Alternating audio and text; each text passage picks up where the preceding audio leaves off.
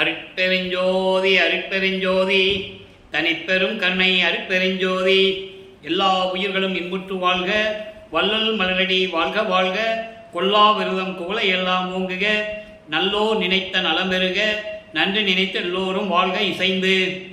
உலக மக்களே, அறிவார்ந்த அன்பர்களே, ஆண்மநேய ஒருமைப்பாடுடைய அன்பர்களே, வல்லப்ப மாணவர்கள் தர்மசாலையிலிருந்து 27/4/1873 தர்மசாலையிலிருந்து தொடங்கி தர்மசாலையிலிருந்து விடுபட்டு அங்கே மேட்டுக்குப்பம் செல்லுகிறார்கள். மேட்டுக்குப்பத்திலே 1870 ஆண்டிலிருந்து அங்கே ஏற்பட்ட நிகழ்வுகளை எல்லாம் தொகுத்து நாம் கொடுத்து கொண்டிருக்கிறோம். 1871 ஆண்டு சபையை கட்டத் தொடங்கியது. அதன் பிறகு 1872 தை நாளன்று ஜோதி காட்டியது. எல்லாவற்றையும் தெளிவாக பார்த்தோம். இப்போ 18/4/1872 அருட்பெருஞ்சோதி அகவலை இயற்றுகிறார்கள். அருட்பெருஞ்சோதி அகவலை இந்த உலகிற்கு வல்லபெருமான் அருளியதை, அந்த விளக்கங்களை இனிமேல் நாம் பார்க்க போகிறோம். முதலாவதாக அகவலிலே கூறப்பட்ட திரைகளை எப்படி விளக்குவது என்ற நிலையை தான் இங்கே சத்தியஞான சபையிலே ஜோதியை காட்டும்போது திரையை விளக்குகிறார்கள். அந்த விளக்கங்களை இன்று நாம் பார்க்க போகிறோம். ஆன்மாவை எப்படியெல்லாம் எந்தெந்த திரைகளெல்லாம் மறைத்து கொண்டிருந்தன. ஆன்மா என்பது, அதை வல்லப்பமானவர்கள் மலங்களால் சூழ்ந்த ஆன்மா என்று கூறுவார், பசு என்று கூறுவார். பதி பசு பாசம் என்ற விளக்கங்களை நாம் ஏற்கனவே தெளிவாக பார்த்துருக்கிறோம். ஏற்கனவே நம்ம யூடியூப்பில் அந்த சேனலில் அந்த பதிவு இருக்கிறது. அப்போ ஆன்மாவை சூழ்ந்து கொண்டுள்ள இந்த திரைகள் எல்லாம், அதாவது நம்ம பிண்டத்தில் இந்த ஆன்மாவை சுற்றி இருக்கின்ற திரைகள் எல்லாம் எப்படிப்பட்ட திரைகள் என்பதை அருட்பெருஞ்சோதி அகவலிலே கூறப்பட்ட பாடல்களின் மூலமாக இன்று முதல் நாம் தெளிவாக பார்க்க இருக்கிறோம். முதலிலே கரைவின் மாமாயை கரும் பெரும் திரையால் அரசது மறைக்கும் அருட்பெருஞ்சோதி. அரசது மறைக்கும் மறைக்கு ஜோதி என்பது அரசு பிளஸ் அது என்பதை பிரித்து படிக்க வேண்டும். கரவின் மாமாயை கரும்பெரும் திரையால் அரசது மறைக்கும் அருட்பெருஞ்சோதி. இதில் விளக்கம் என்னவென்றால், மாயைகளின் எல்லையான மாமாயை என்னும் அசுத்த மகாமாயை என்னும் கருப்பு திரையால் இந்த ஆன்மாவை ஆட்சி செய்து அதனுடைய அருள்நிலையை, இறைவனுடைய அருள்நிலையை மறைக்கக்கூடிய திரை, அதுதான் கருப்பு திரை என்று சொல்கிறார். கருப்பு திரை என்பது மாயைகளால் சூழப்பட்ட, அசுத்த மகாமாயை சூழப்பட்ட நிலையில் அந்த ஆன்மாவை அருளாட்சி செய்து அந்த நிலைகளை, கடவுளுடைய நிலைகளை மறைக்கக்கூடிய ஒரு திரை, அதுதான் கருப்பு திரை என்பது. கருப்பு திரை இந்த 6 திரைகளையும் 6 பிண்ட துரிசுகளை குறிப்பிட்டு கூறுகிறார். காமம், குரோதம், லோபம், மோகம், மதம், ஆச்சரியம். இதில் காமம் என்பது கருப்பு திரையால் வரக்கூடியது. மாயாசக்தி என்று கூறுவார் பிள்ளை பெருமான் அவர்கள். காமம் என்பது பெரு விருப்பம். பெரு விருப்பம் என்பது ஆசைகள். காமம் என்பது காம ஆசைகள் மட்டுமல்ல, அளவு கடந்த பற்றுகள் கொண்ட இடத்திலெல்லாம் அதுக்கு பேர் காமம் என்று கூறுகிறார். மாயாசக்தி எதான் கூறுகிறார்? கருப்பு திரையை. ஆக ஆன்மாவை சுற்றி இருக்கின்ற அந்த கருப்பு திரை எப்படிப்பட்டது என்பதை வல்லப்பெருமான் தெளிவாக கூறுகிறார்கள். அந்த கருப்பு திரையை விளக்குவதுதான் அந்த ஜோதி காட்டும்போது ஒவ்வொரு திரையை விளக்குவது. கருப்பு திரைக்கு அப்புறம் நீலம் திரை. நீலத்தினுடைய செயல் என்ன? பேரொரு நீல பெருந்திரை, அதனால் ஆறுயிர் மறைக்கும் அருட்பெருஞ்சோதி. பேரொரு நீல பெருந்திரை, அதனால் ஆறுயிர் மறைக்கும் அருட்பெருஞ்சோதி. உலகியலிலே பொருந்திய, உலகியலிலே இருக்கக்கூடிய இகலோக விருப்பமாகிய மகா மாயையை, ஆன்மா நிலையை மறைக்கக்கூடிய ஒரு திரை. இகலோகத்தினுடைய இன்பம் என்பது மண்ணுலகத்தில் ஏற்படக்கூடிய விடயங்கள், மண்ணாசை, பெண்ணாசை, பொன்னாசை போன்ற விடயங்களால் இந்த ஆன்மா எவ்வளவு தூரம் துன்பப்படுகிறது என்பதை தெளிவாக இந்த பாடலில் நமக்கு அருளியிருக்கிறார்கள். அப்படிப்பட்ட திரையை விளக்குவது அதுதான் நீல பெருந்திரை என்று சொல்லுகிறார். இந்த நீல பெருந்திரை என்பது குரோதம். குரோதம் என்பது சினம், கிரியாசக்தி என்று கூறுகிறார். இந்த கிரியாசக்தி, கோபம் என்பது வெறுப்பு, மற்ற உயிர்களிடமே இருக்கின்ற வெறுப்பை காட்டுவது. இந்த ஆன்மாவை சுற்றி இருக்கின்ற இந்த நிலைகளை எல்லாம் இந்த திரைகள் எல்லாம் விளக்க வேண்டும் என்று பாடல்களிலே நமக்கு அருளியிருக்கிறார்கள்.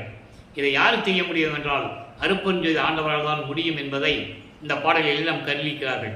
ஆக கருப்பு திரையினுடைய நிலை என்ன, நீலத்திரையினுடைய நிலை என்ன என்பதை நாம் ஏற்கனவே இப்போ பார்த்திருக்கிறோம். கருப்பு திரை என்பது இறைவனுடைய அருள் நிலையை மறைக்கும் ஒரு திரை. அதை விளக்க வேண்டும், அதான் அருட்பெருஞ்சோதி வேண்டுகிறார். நீலத்திரை என்பது ஆன்மா நிலையை மறைக்கக்கூடிய ஒரு திரை, உலக விடயங்களை மறைக்கக்கூடிய ஒரு திரை. அடுத்து பாருங்க, கருப்பு திரை நீலத்திரைக்கு அப்புறம் பச்சை திரை. பச்சை திரையால் பரவெளி அதனை அச்சுற மறைக்கும் அருட்பெருஞ்சோதி. இந்த ஆன்மாவை சுற்றி இந்த பச்சை திரை எப்படி மறைத்து கொண்டிருக்கிறது? எப்படி என்றால், பரலோகத்தினுடைய இந்த பரலோகம் என்பது இறைவனுடைய பரநிலையை குறிக்கக்கூடியது. பரலோக விருப்பமுடைய மகாமாயையை குறிப்பது. அப்படி சிவவெளி, அதாவது சுத்த வெளி என்னும் மேல்நிலை. அதனால தான் வல்லப்பெருமான் சொல்லுவார், சிவநிலை தெரிந்திட சென்றேன் என்று சொல்லுவார்.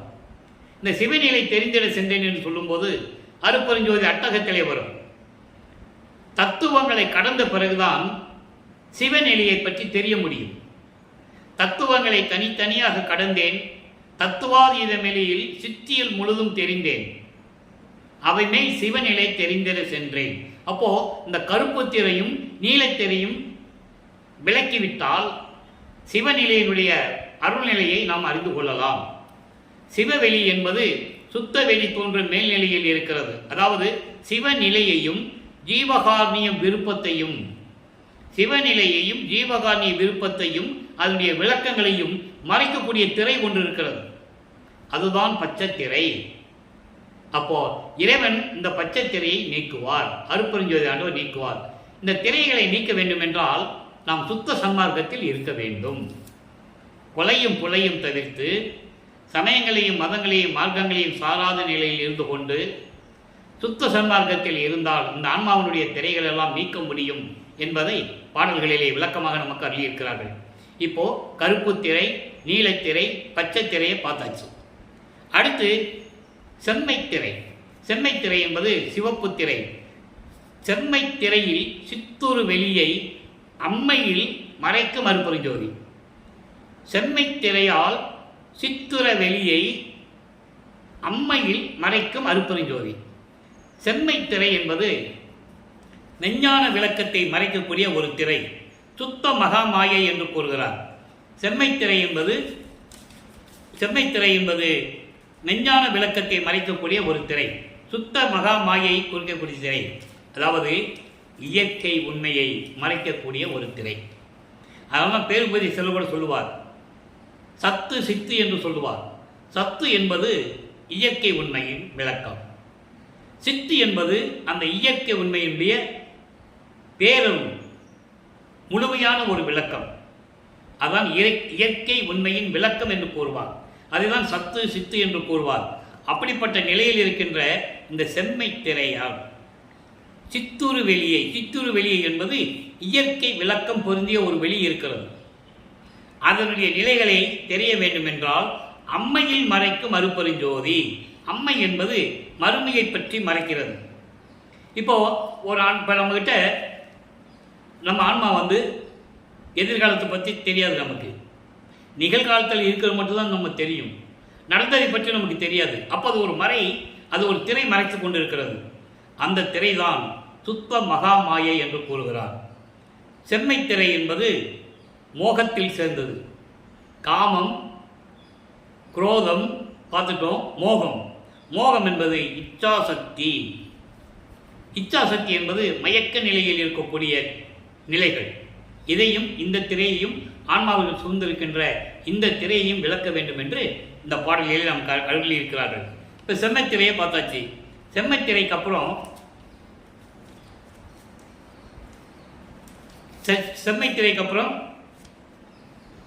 பொன்மைத்திரை. பொன்மைத்திரையால் பொருள் உருவெளியை அண்மையில் மறைக்கும் அருட்பெருஞ்சோதி. பொன்மைத்திரை என்பது மெய்ப்பொருள் வெளியை மறைக்கும் திரை, அதாவது பரம்பொருளை மறைக்கும் திரை. அதான் பொன்மை திரை. பொருள் ஒரு வெளி என்பது அழியா மெய்ப்பொருள், பரம்பொருள் பொருந்திய வெளி, அண்மையில் மறைக்கும், இதையெல்லாம் காட்டாமல் மறைக்கக்கூடிய ஒரு நிலை. இந்த நிலைகளெல்லாம் ஆன்மாவை சுற்றி கொண்டிருக்கிறது. இதை தெரிய ஒட்டாமல் தெரிய விடாமல் இந்த நிலைகளை, இந்த திரைகளெல்லாம் மறைத்து கொண்டிருக்கிறது. அதை விளக்கி காட்டுவது தான் அந்த ஜோதி காட்டும்போது விளக்குவது. பரம்பொருள் இருக்கின்ற வெளியை காட்டாமல் மறைக்கக்கூடிய திரை பொன்மை திரை. அப்போ இந்த பொன்மை திரை என்பது இது பிண்டத்துரிசிலே வரும்போது மதம் என்ற நிலையில் வரும். மதம் என்பது ஆணவம், செருக்கு. இதை ஞான சக்தி என்று கூறுவார் பிள்ளை பெருமானவர்கள். அதுக்கப்புறம் திரை பாருங்க, வெண்மை திரையால், வெண்மை திரை வெள்ளைத்திரை, வெண்மை திரையால் மெய்ப்பதி வெளியை அண்மையில் மறைக்கும் அருப்பெருஞ்சோதி. வெண்மை திரை என்பது சுத்த சிவவெளியை மறைக்கக்கூடிய ஒரு திரை. அதாவது இதுக்கு பேரு ஆதிசக்தி என்று கூறுவார். மாச்சரியம், பொறாமைகள், வேறுபாடுகள், முரண்பாடுகள் உள்ள ஒரு நிலை. இப்போ வெண்மை திரை என்பது சுத்த சிவவெளியை மறைக்கக்கூடிய திரை. மெய்ப்பதி வெளி என்பது கடவுளின் சுத்த வெளி, அதாவது கடவுளின் இயற்கை உண்மை விளக்கமாகிய 16வது நிலை. அதுதான் ஞானத்தில் ஞானம். சரியை கிரிய யோகம் என்ற 12 நிலைகள் சமயங்களையும் மதங்களையும் மார்க்கங்களையும் சார்ந்தது. 13வது நிலைக்கு மேலுதான் சுத்த சன்மார்க்கத்தில் இருந்த பிறகு, சுத்த சன்மார்க்கத்தை பெற்ற பிறகு 13வது நிலை திரையோதசி நிலை, அதில் இருந்துதான் ஞான சரியை உருவாகிறது. மரணமில்லா பெருவாழ்வு, ஞான சரியை, ஞான கிரியை, ஞானத்தில் யோகம், ஞானத்தில் ஞானம். அப்போ இந்த 16வது நிலையை மறைக்கக்கூடிய ஒரு திரை தான் வெண்மை திரை. இதை வல்லப்பமான் சொல்லுவார்கள், கடவுள் நிலை அறிந்து அம்மியமாகக்கூடிய ஒரு நிலை. மித்த திரைகள்லாம் விளக்கும் போது ஏம சித்தியை பெற்றுக்கொள்ளலாம், சாகா கல்வியை கற்றுக்கொள்ளலாம், தத்துவங்களை நிகரம் செய்து விடலாம். ஆனால் 16வது நிலையை மறைக்கக்கூடிய திரைதான் வெண்மை திரை, ஞானத்தில் ஞானம். இந்த வெண்மை திரை என்பது கடவுளின் உண்மை நிலையையும் அருள் பற்றின் நிலையையும் மறைக்கக்கூடிய ஒரு திரை. அப்போ ஆன்மாவை சுற்றி இவ்வளவு திரைகள் இருக்கிறது. அந்த திரைகளை விளக்க வேண்டும். இது அருட்பெருஞ்சோதி அகவலிலே இந்த பாடல் உண்டு.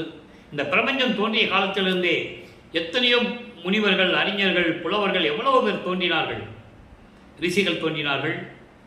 ஆன்மாவுடைய நிலையையும் ஆன்மாவை சுற்றி இருக்கின்ற இந்த திரைகளை எல்லாம் எப்படி விளக்குவது, இந்த திரைகள் எப்படிப்பட்ட திரைகள் என்பதை யாருமே கூறியதில்லை. நமது பிள்ளை பெருமான் அவர்கள்தான் அருட்பெருஞ்சோதி அகவலிலே உலக மக்களுக்காக அருளினார்கள் என்பதை நீங்கள் கூர்ந்து கவனிக்க வேண்டும். இப்போ இந்த வெண்மை திரை சொல்லியாச்சு. வெண்மை திரைக்கு அப்புறம், வெண்மை தீக்கு அப்புறம் விடை நிலைகளை வெவ்வேறு திரைகளால் அடற்புறம் மறைக்கும் அருட்பெருஞ்சோதி.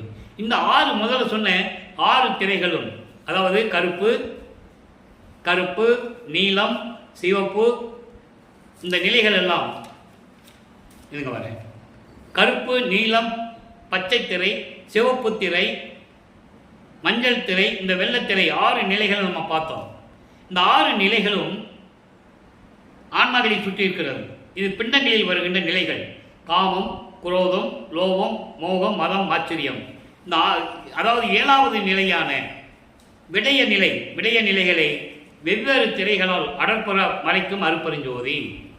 விடய நிலைகள் என்பது மூவகை ஆசைகள், உலக ஆசைகள், மண்ணாசை, பெண்ணாசை, பொன்னாசை என்று வெவ்வேறு திரைகள் என்பது இது ஒவ்வொன்றுக்கும் ஒரு நிலைகள் உண்டு. அப்படி வெவ்வேறு திரைகளால் அடற்புற மறைக்கும் அருட்பெருஞ்சோதி.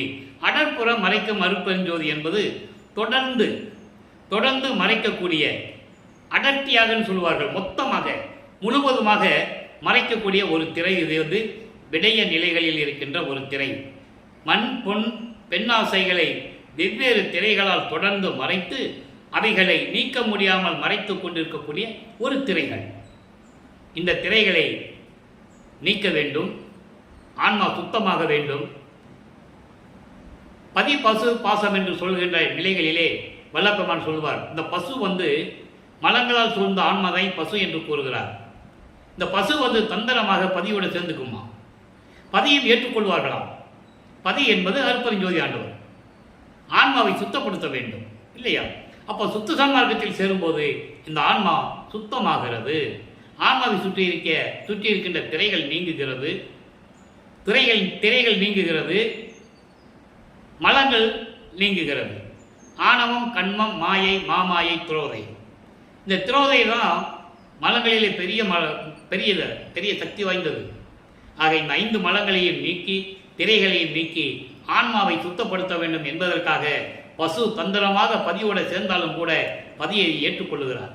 அதுதான் பசுபதி என்ற பெயர் கூட உண்டு அருட்பெருஞ்சோதி ஆண்டவருக்கு.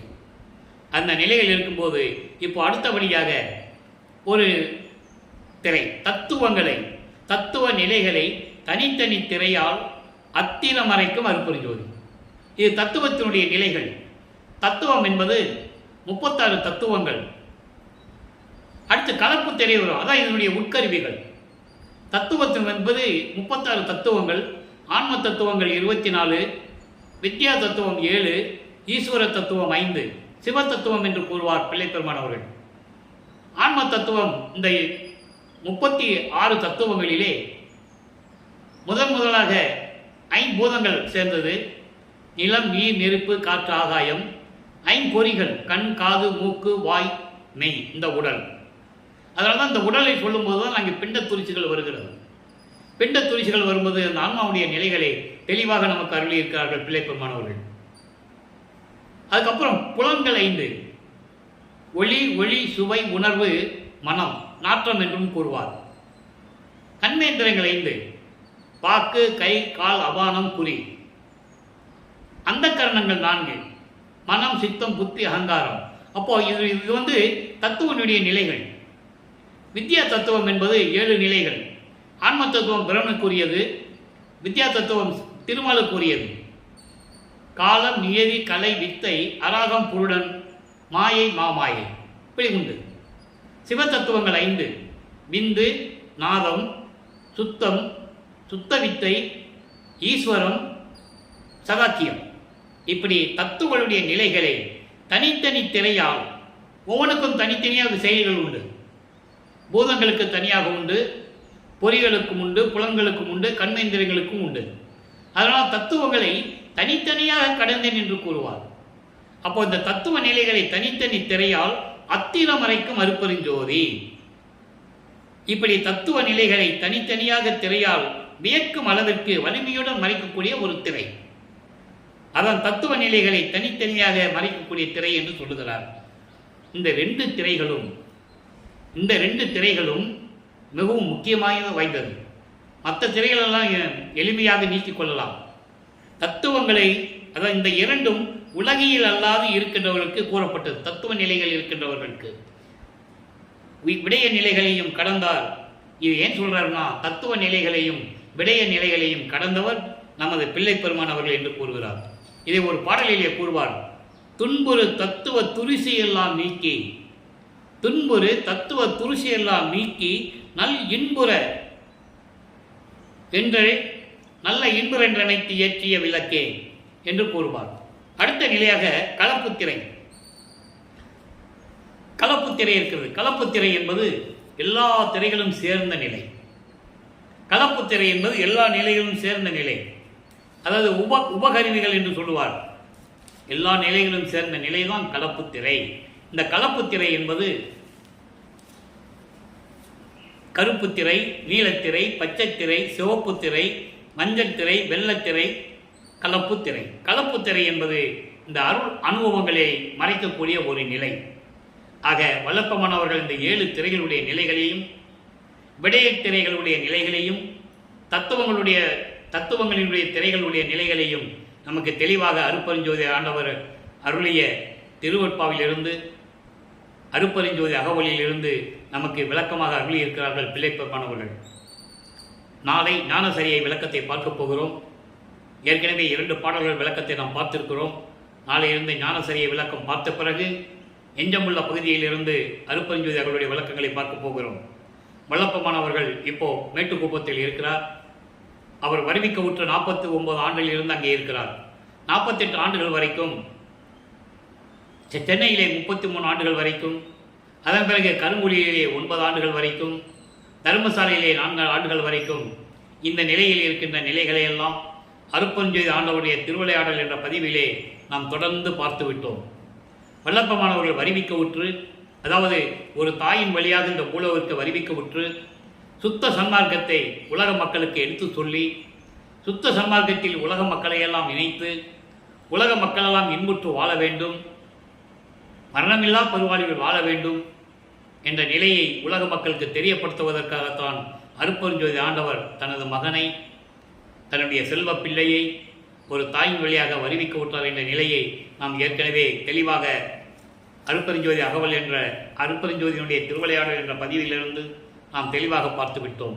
எனவே அன்பர்களே, அப்படிப்பட்ட இறைநிலையில் இருக்கின்ற வல்லற்பெருமானை, அருட்பெருஞ்சோதி ஆண்டவராகிய வல்லற்பெருமானை நாம் தினமும் நினைவில் கூர்ந்து, அருட்பெருஞ்சோதி ஆண்டவர் ஜோதி வடிவில் இருக்கிறார், அவரை வணங்கி அருட்பெருஞ்சோதி அருட்பெருஞ்சோதி தனிப்பெருங்கருணை அருட்பெருஞ்சோதி என்ற மகாமந்திரம் சொல்லி புலையும் தவிர்த்து சுத்த சிவநிலையில் சைவ நிலையில் இருந்து கொண்டு அசைவ உணவுகளை நீக்கி இறைவனை வணங்கி இறைவனுடைய செல்வங்களையும் அருள்களையும் எல்லாம் பெற்றுக்கொண்டு இந்த வையகத்திலே நீங்கள் வாழ்வாங்கு வாழ வேண்டும், நோயற்ற வாழ்வில் வாழ வேண்டும், நீங்கள்லாம் மரணமில்லா பெருவாழ்வில் வாழ வேண்டும் என்று வல்லற்பமானவர்கள் அழைக்கிறார்கள். எனவே சுத்த சன்மார்க்கத்தில் இணைந்து இறைவனை வணங்கி எல்லாவர்களையும் பெற்றுக்கொள்ளுங்க. வள்ளலார் ஒளியன் தயவோடையும் கருணையோடையும் விரைபெறுகிறேன். நாளை சந்திப்போம். நன்றி, வணக்கம். அருட்பெருஞ்சோதி அருட்பெருஞ்சோதி தனிப்பெரும் கருணை அருட்பெருஞ்சோதி. நாளையும் பதிவு தொடங்கும். பார்த்து கண்டு மகிழ்ந்து இறைவன் அருளை பெற்றுக்கொள்ளுங்கள்.